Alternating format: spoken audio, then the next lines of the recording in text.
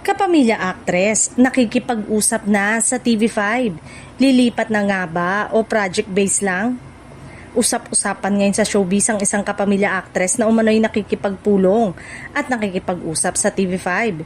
Dahilan para magtanong ang maraming fans kung tuluyan na ba itong lilipat at iiwan ng ABS-CBN.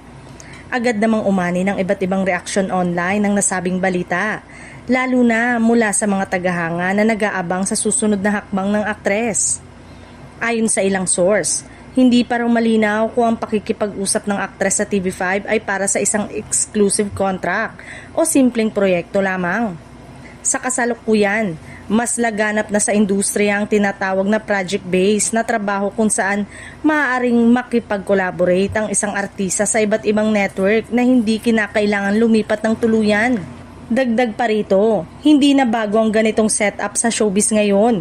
Marami ng artista ang napapanood sa iba't ibang istasyon.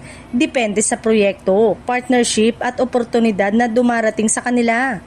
Dahil dito, hindi na agad nangangahulugan na ang pakikipag-ugnayan sa ibang network ay permanenteng paglipat. Samantala, nananatiling tahimik ang kampo ng nasabing aktres at wala pang inilalabas na opisyal na pahayag ukol sa issue.